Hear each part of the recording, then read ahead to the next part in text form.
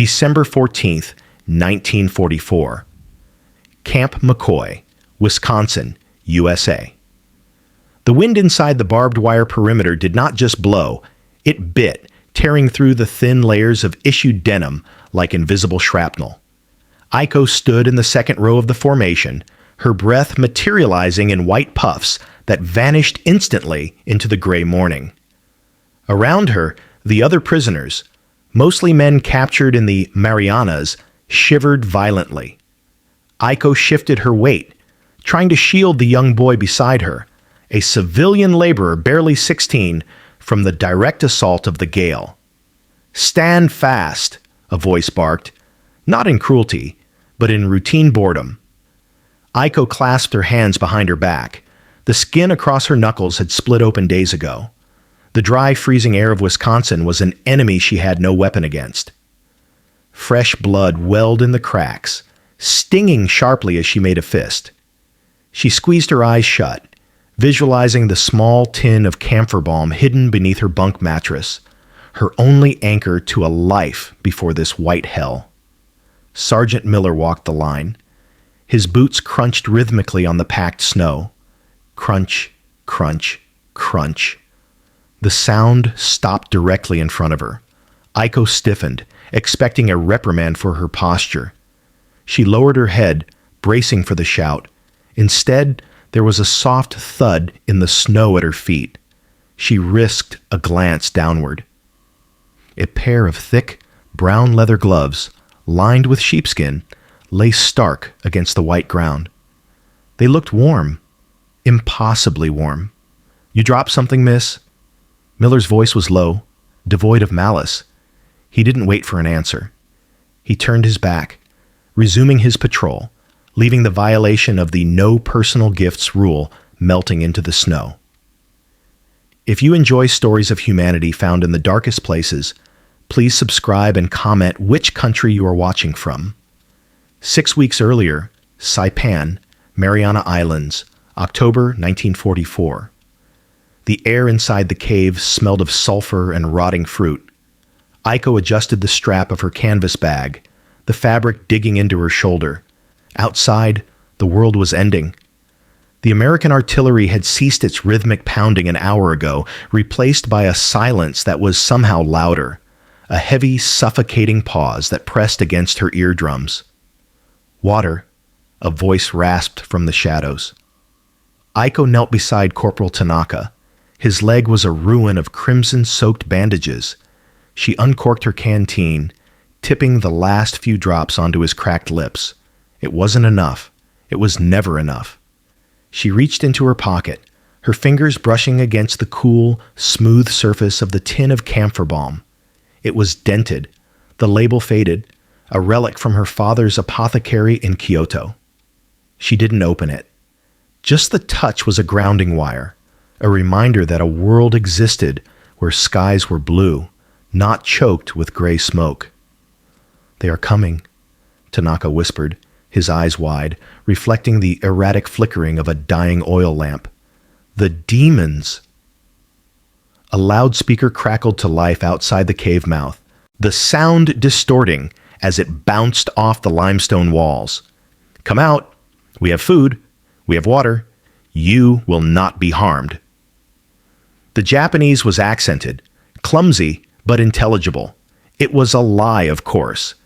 Everyone knew the Americans drove tanks over the living and collected bones as trophies. Aiko looked at her hands. They were filthy, covered in dust and dried blood, but they were steady. She was a nurse. Her duty was to preserve life, yet the order issued yesterday had been clear. Gyokusai, shattered jewel. Honorable death. She looked at Tanaka, then at the 3 other wounded men huddled in the dark. They could not fight. They could not run. If she detonated the grenade at her belt, their suffering would end. But the voice outside promised water. Aiko stood up, her knees knocked together, trembling not from the heat, but from a sudden, terrifying resolve. She unbuckled her belt. The grenade thumped softly onto the dirt floor. "Nurse?" Tanaka wheezed. "I'm going to get water," Aiko said, her voice sounding foreign to her own ears. She walked toward the blinding rectangle of light at the cave entrance.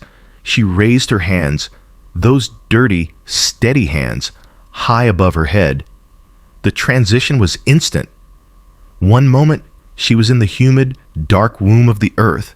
The next, she was blinded by the harsh Pacific sun. Figures in olive drab surrounded her, weapons raised. She squeezed her eyes shut, waiting for the bullet. "Easy, easy," a voice said in English. "Rough, but not screaming. Check her for weapons." Hands patted her down, firm but professional. They found the camphor tin. A soldier turned it over in his large hands, sniffed it, and then, miraculously, shoved it back into her pocket. "Let's go. Transport's waiting." Aiko opened her eyes. She was alive. But as she was marched toward the beach, looking at the massive gray ships looming on the horizon, she realized her war was over. A new, colder war was about to begin. Time had lost its architecture. It no longer consisted of hours or minutes, but of the rhythmic, mechanical clack-clack of steel wheels against iron rails. For days, or perhaps weeks, Aiko had existed in a state of suspended animation inside the train car. The windows were painted an opaque black or boarded up, a deliberate blindness enforced by the captors.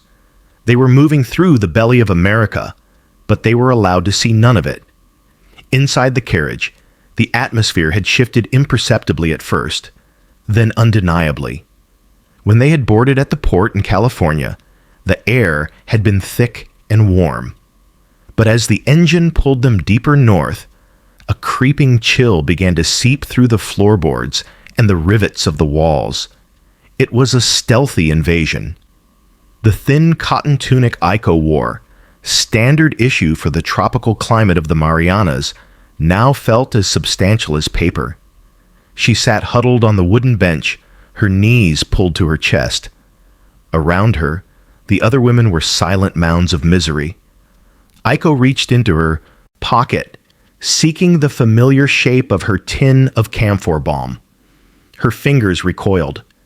The metal was no longer a comforting smooth surface. It was biting cold, a small disk of ice against her hip. The realization settled in her stomach like a stone. They were being taken to a place where the sun did not rule.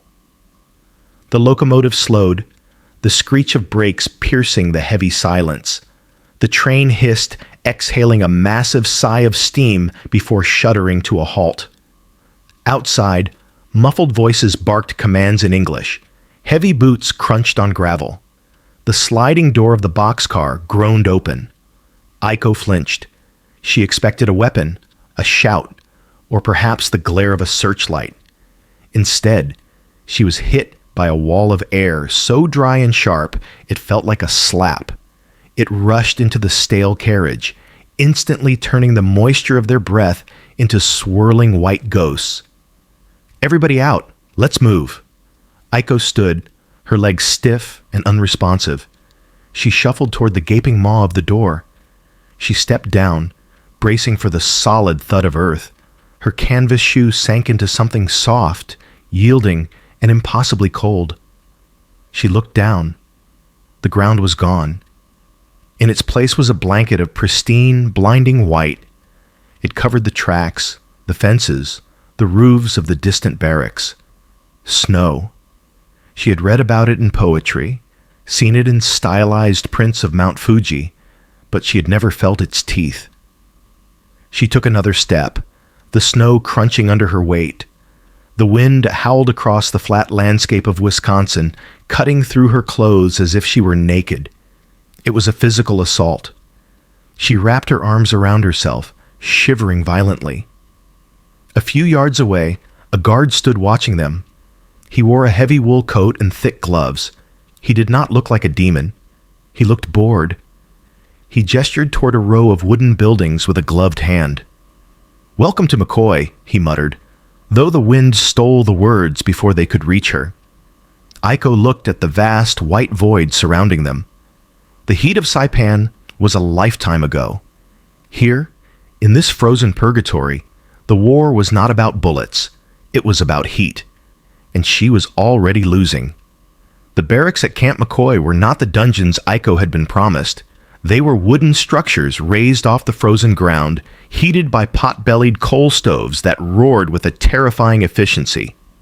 The heat hit her the moment she stepped inside, thawing her numbness so rapidly that her skin prickled with 1,000 imaginary needles. After the humiliation of the delousing showers, where white powder was pumped into their hair and clothes like they were livestock, they were marched to the mess hall. The air here was thick, heavy, with an aroma that Aiko could not place. It smelled of grease, salt, and something sweet. She stood in line, holding a metal tray. Her hands still trembled, the cracks on her knuckles stinging in the warmth. Ahead of her the line moved efficiently. No guards screamed, no rifle butts prodded them. There was only the clatter of silverware and the low hum of confused whispers among the prisoners. When Aiko reached the serving counter, she froze.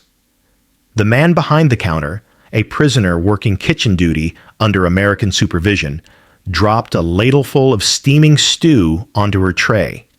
Next came a thick, rectangular slab of pink meat.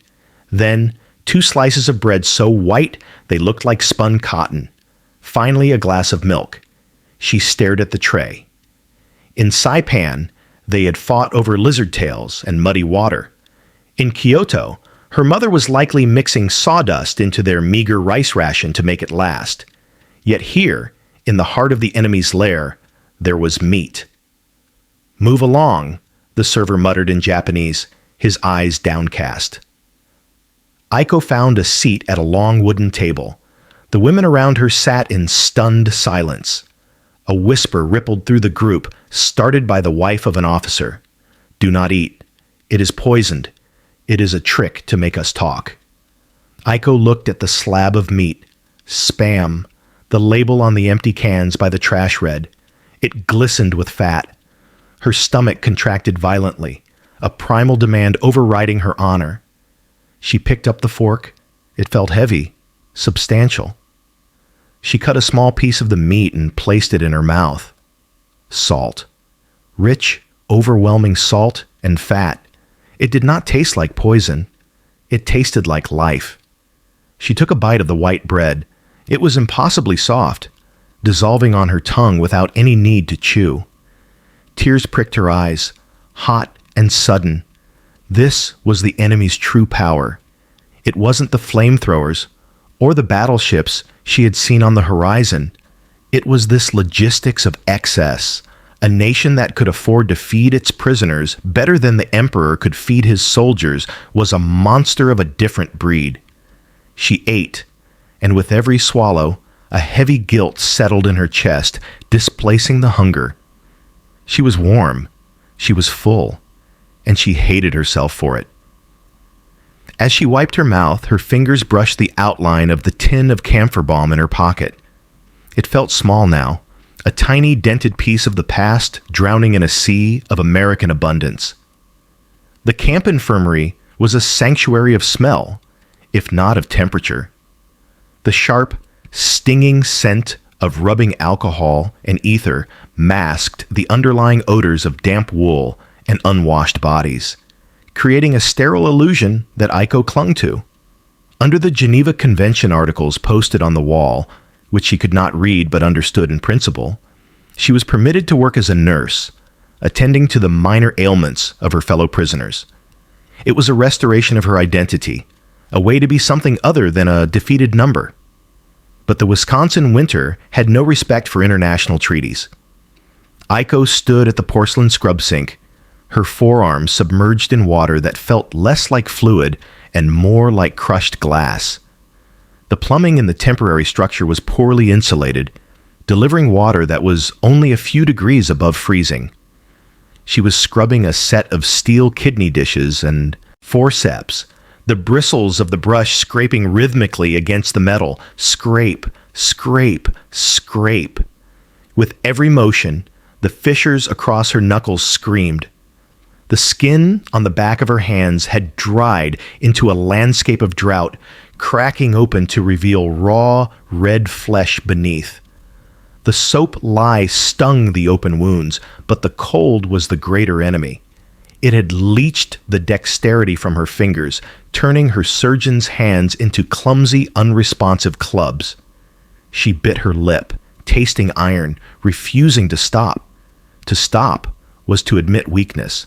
To stop was to risk being reassigned to the laundry or the kitchen, where the work was heavier and the humiliation greater. The heavy door at the end of the ward swung open, letting in a draft of frigid air that swirled around her ankles. Sergeant Miller entered on his rounds. He moved with that characteristic American gait, loose-limbed but occupying space with an undeniable authority. He didn't speak, just walked down the rows of empty cots, checking the inventory lists. Aiko stiffened. She pulled her hands from the water to dry them on a rag. Her fingers, numb and white as marble, refused to obey the command to grip. She reached for the stack of cleaned metal trays to move them to the drying rack. Her thumb, devoid of sensation, slipped against the smooth steel. Clang. The sound was explosive in the quiet room. The tray hit the floor, spinning noisily on its rim before settling with a final, accusing rattle. Aiko froze, her heart hammered against her ribs like a trapped bird. In the Imperial Army, such clumsiness would have earned a strike across the face, or worse. She immediately bowed her head, her body curling inward in anticipation of the reprimand. "Sorry," she whispered in broken English, the word tasting like ash. Silence stretched out, heavy and thick. She saw Miller's boots enter her field of vision. They stopped near the fallen tray. He didn't kick it.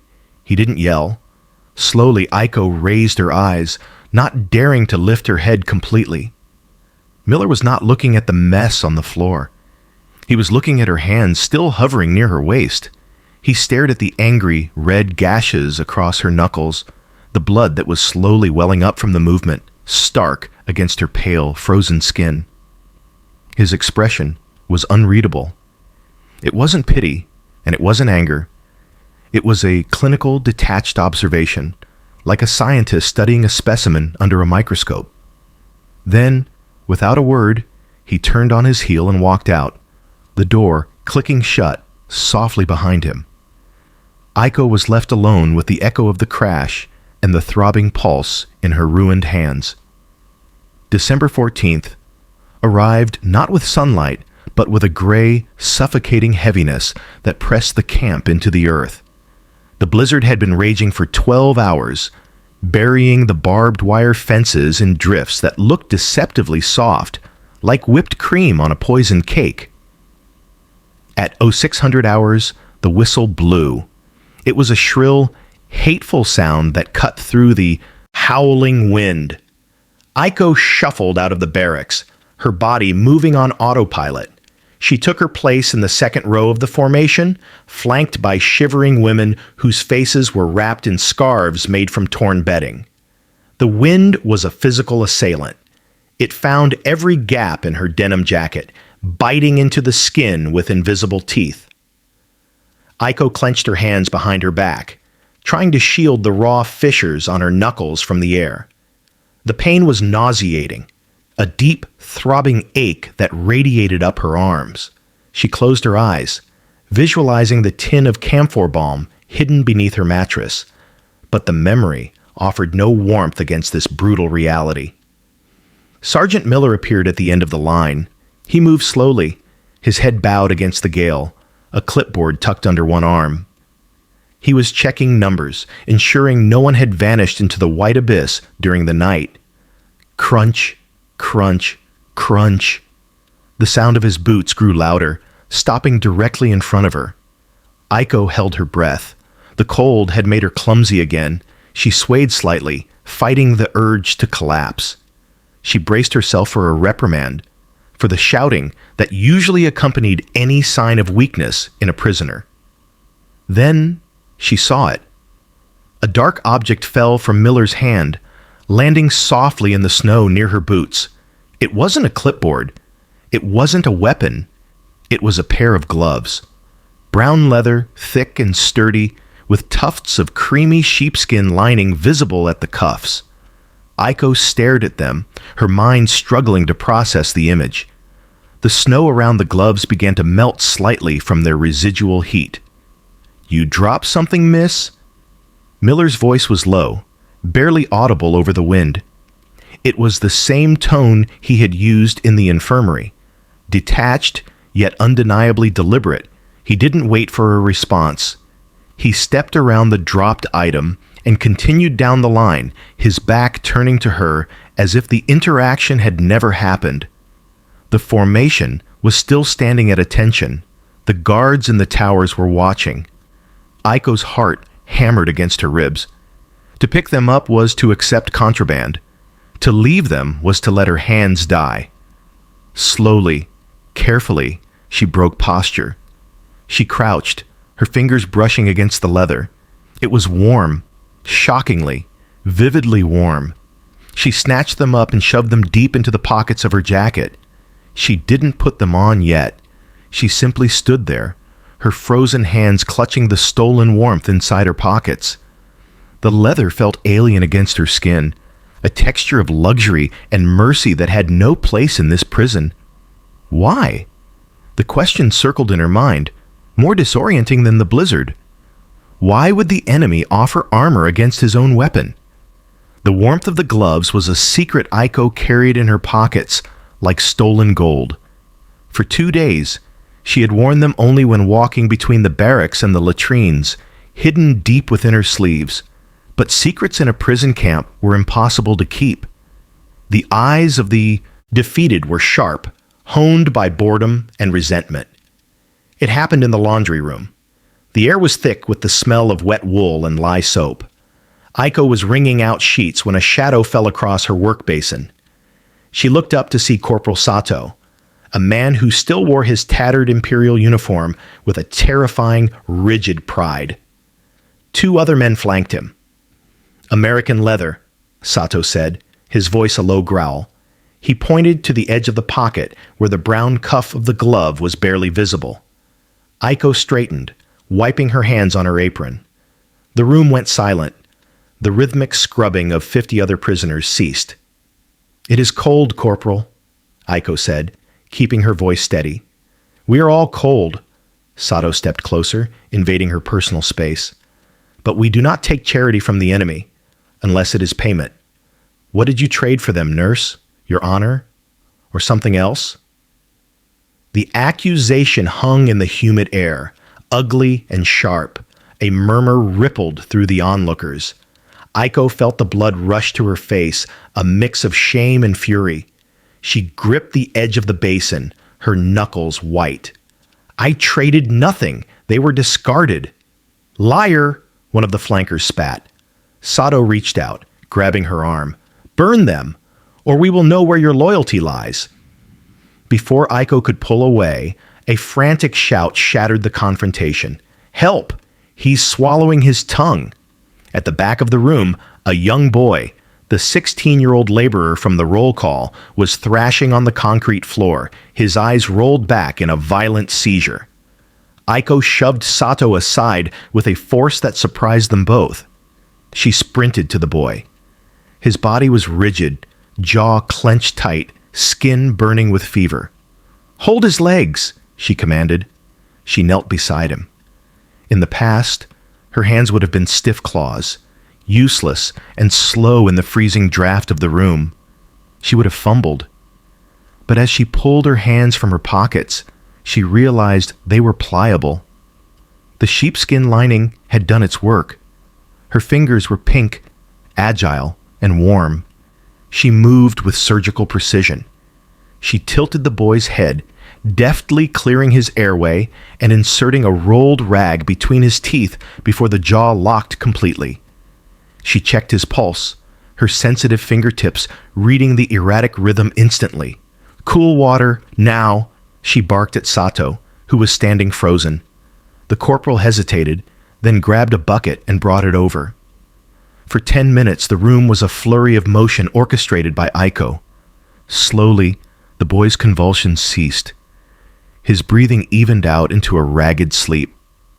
Aiko sat back on her heels, exhaling a long, trembling breath.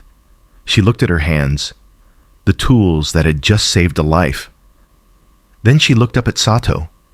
The corporal stared at the boy, then at Aiko's hands. The anger in his eyes had not vanished, but it had lost its momentum. He knew, as did everyone in the room, that frozen fingers could not have cleared that airway in time. "He needs rest," Sato muttered, finally turning away. Aiko reached into her pocket and touched the leather again. It was not a badge of betrayal. It was a medical instrument, and she would keep it. The mess hall had been transformed, though the attempt was pathetic enough to be heartbreaking.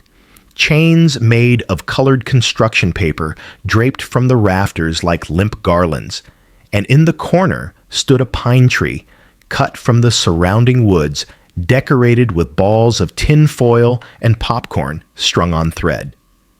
It was December 24th, a holy night for the captors, a Tuesday for the captives. Aiko sat at the edge of the long table, her hands resting on the rough wood. The camp commander had authorized a festive gathering, which meant the lights stayed on an hour longer and the coffee was fresh. The air was thick with a strange energy, a suspension of the usual tension, replaced by a collective, heavy melancholy. From the guards' quarters across the compound, music drifted in through the cracks in the walls. An accordion was wheezing out a melody, slow and mournful. Aiko watched the Americans. Usually, they were figures of authority, shouting orders or standing stoic in watchtowers. Tonight, they looked different. They stood in small clusters, holding tin mugs, their shoulders slumped. They were not looking at the prisoners. They were looking past the barbed wire, toward the dark horizon of the highway that led south, toward homes they hadn't seen in years. Then, a voice rose above the accordion, a baritone, rich and untrained, singing words Aiko did not understand, but a melody she recognized from the missionary schools in Tokyo. Silent night, holy night. The chatter in the mess hall died down. The Japanese prisoners, mostly Buddhist or Shinto, fell silent out of respect, or perhaps out of confusion. The melody was universal in its sadness. It spoke of peace, a concept that felt like a cruel joke in 1944. A shadow fell across Aiko's table. She didn't flinch this time. She knew the silhouette. Sergeant Miller stood there. He wasn't wearing his helmet. His hair was lighter than she realized, the color of dried wheat. He looked young, terrifyingly young to be a jailer of men. He didn't say a word. He didn't need to.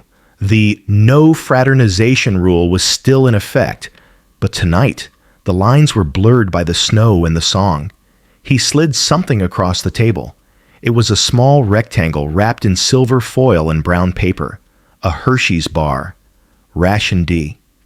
Aiko looked at it, then up at him. His eyes were red-rimmed. Was it the cold, or had he been weeping?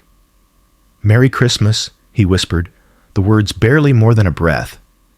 He turned and walked away before she could respond, disappearing into the group of singing soldiers. Aiko picked up the bar. It was heavy for its size. She peeled back the foil, the crinkles sounding like thunder in the quiet hall. The smell of cocoa hit her, rich, earthy, and sweet. It was a scent of childhood luxury, of a world before rationing.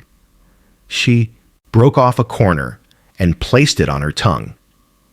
The chocolate was waxy and bittersweet, melting slowly. As the sugar hit her blood, the wall she had built around her heart developed a hairline fracture. These men, these demons, who bombed cities and burned islands, sang of a sleeping child and heavenly peace. They missed their mothers.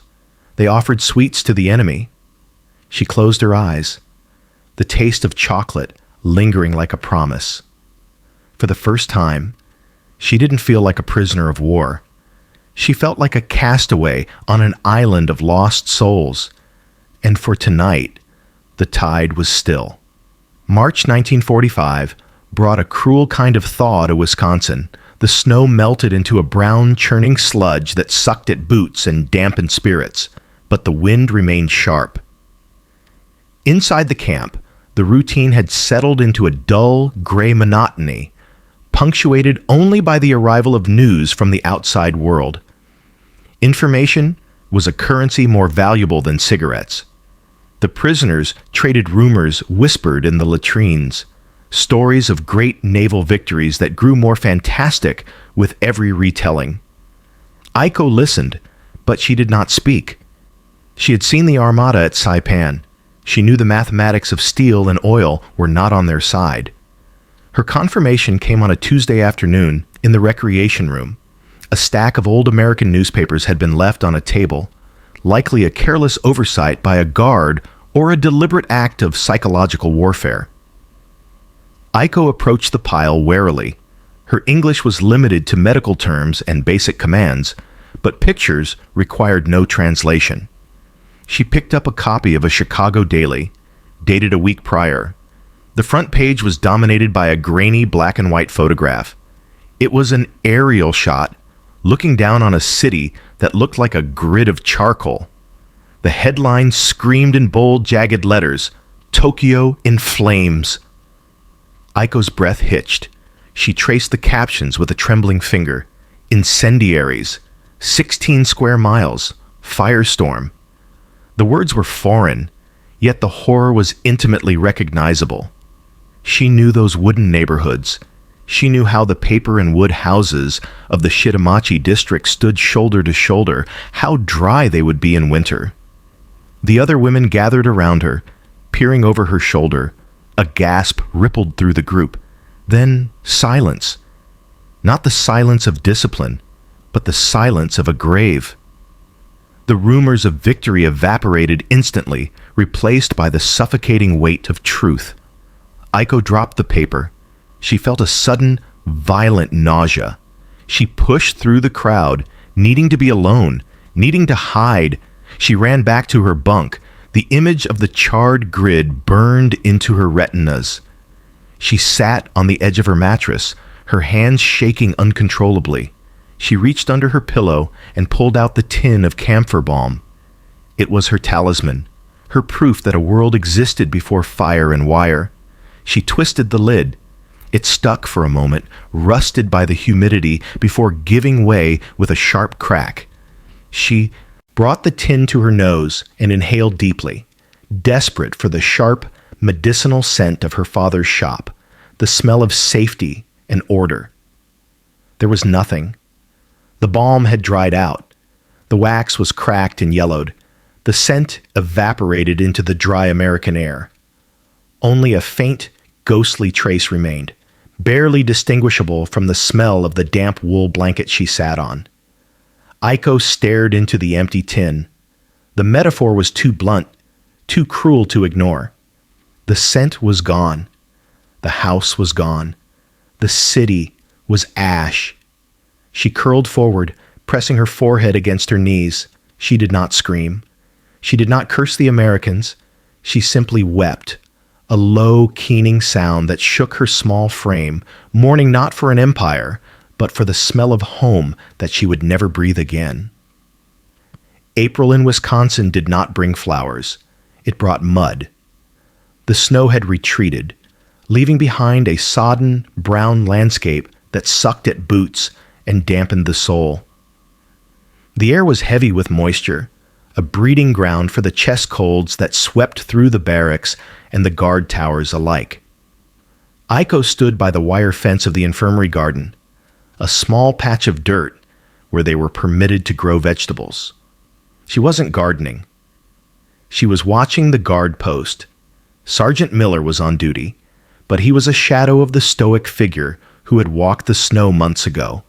He was leaning heavily against the wooden support beam, his face pale and slick with sweat. Every few minutes, a racking cough seized his body, bending him double. It was a wet, rattling sound that Aiko knew well, bronchitis, bordering on pneumonia. She looked down at her hands. They were healed now, thanks to the leather gloves she still kept hidden in her footlocker. The scars were faint white lines, a map of the winter she had survived. She reached into her pocket and pulled out the tin of camphor balm. It was light, almost empty. The contents were little more than a waxy residue clinging to the corners of the metal. It was her last tangible connection to the apothecary in Kyoto, to a father she might never see again. But hoarding it felt like hoarding ash. It was medicine, and medicine was meant to be used. Miller coughed again, a violent spasm that forced him to drop his rifle to its sling. He wiped his mouth with the back of his hand, his eyes squeezed shut in misery. Aiko looked around. The yard was empty. The tower guards were looking outward, toward the road. She walked to the fence. The distance between them was only 3 feet of wire mesh. "Sergeant," she said softly. Miller jumped slightly, turning his bloodshot eyes toward her. He looked confused, feverish. "Back from the fence, miss." Aiko didn't move. She held up the small, battered tin. The silver metal caught the dull light of the overcast sky. "For the chest," she said, pointing to her own sternum. "Japanese medicine. Strong." Miller stared at the tin, then at her. He swayed slightly. The protocol was clear. No exchange of items. No fraternization. But the protocol offered no relief for the fire in his lungs. "What is it?" he rasped. "Camphor." She struggled with the word. "Heat. Good heat." She pushed the tin through a gap in the diamond mesh. It hung there, suspended in the space between nations. Miller hesitated for a heartbeat. Then he reached out. His large, rough fingers brushed against hers. A fleeting contact of skin on skin, trembling not from fear, but from fever. He took the tin. He pried the lid open, sniffing the faint, medicinal ghost of the scent. He didn't recoil. He looked at Aiko, and the mask of the soldier slipped away entirely.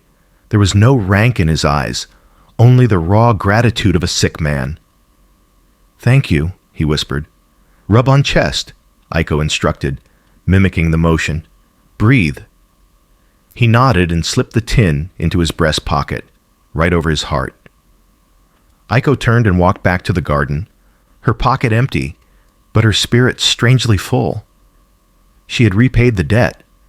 The leather gloves had saved her hands. The camphor would soothe his lungs. In the mud of Wisconsin, they were no longer captor and captive. They were just 2 fragile bodies trying to keep the cold at bay. The war did not end with a shout at Camp McCoy. It ended with the scratch of fountain pens on release forms. By November 1945, the snow had returned, dusting the Wisconsin fields in a familiar white coat, but the air no longer felt stagnant. It vibrated with the roar of deuce-and-a-half trucks and the chaotic energy of departure. Aiko stood in the processing line, clutching a canvas duffel bag containing her issued civilian clothes, a simple wool coat, and a sturdy pair of shoes provided by the government that had bombed her city. The irony was not lost on her, but the bitterness had faded, washed away by the sheer exhaustion of survival. The order was to leave everything behind: blankets, mess kits, tools. But there was one item Aiko could not abandon. She reached the checkpoint at the main gate. The barbed wire was already being spooled up by work crews, dismantling the cage that had been her home for a year. Standing by the idling transport truck, clipboard in hand, was Sergeant Miller. He looked healthier now. The cough that had racked him in the spring was gone, replaced by the ruddy complexion of a man who would soon be going home to his own family. He checked names off the manifest with efficient, rhythmic ticks. "Yamada," he called out, not looking up. Aiko stepped forward. "Present." She didn't climb into the truck immediately. Instead, she paused, shifting the bag to her shoulder. She reached into her coat pocket and pulled out the leather gloves. They were no longer pristine. The sheepskin was matted down, the leather creased and molded perfectly to the shape of her fingers. They were worn, used, and beloved. She held them out to him. Your property, Sergeant. Miller looked at the gloves, then up at her face. The wind whipped around them, kicking up swirls of snow, but the silence between them was an island of calm. He didn't reach for them. He looked at her hands, hands that were pink, uncracked, and capable, hands that he had saved, and hands that had, in turn, offered him medicine when he was vulnerable. He shook his head slowly. No property record for those, miss, he said, his voice gruff, but his eyes soft. You'll need them. It's a cold trip home. He gestured toward the truck with his pen. A dismissal and a gift. Aiko hesitated, then nodded once, a deep, respectful bow that bridged the gap between their cultures. Thank you for the warmth. Go on, Miller said, looking back at his clipboard to hide the emotion in his face. Good luck. Aiko climbed into the back of the truck. She sat on the wooden bench, squeezing into a space between two other women. As the engine roared to life and the vehicle lurched forward, rolling out of the gate and onto the highway, she didn't look back at the guard towers. She looked down at her lap. She slipped her hands into the gloves. They fit perfectly. She was returning to a Tokyo of ash and ruin. She had no home, no apothecary shop, perhaps no family left. But as the truck sped through the American winter, carrying her toward the ocean, Aiko flexed her fingers inside the leather. Her hands were warm. They were strong. And with these hands she would clear the rubble. She would mix new salves. She would rebuild.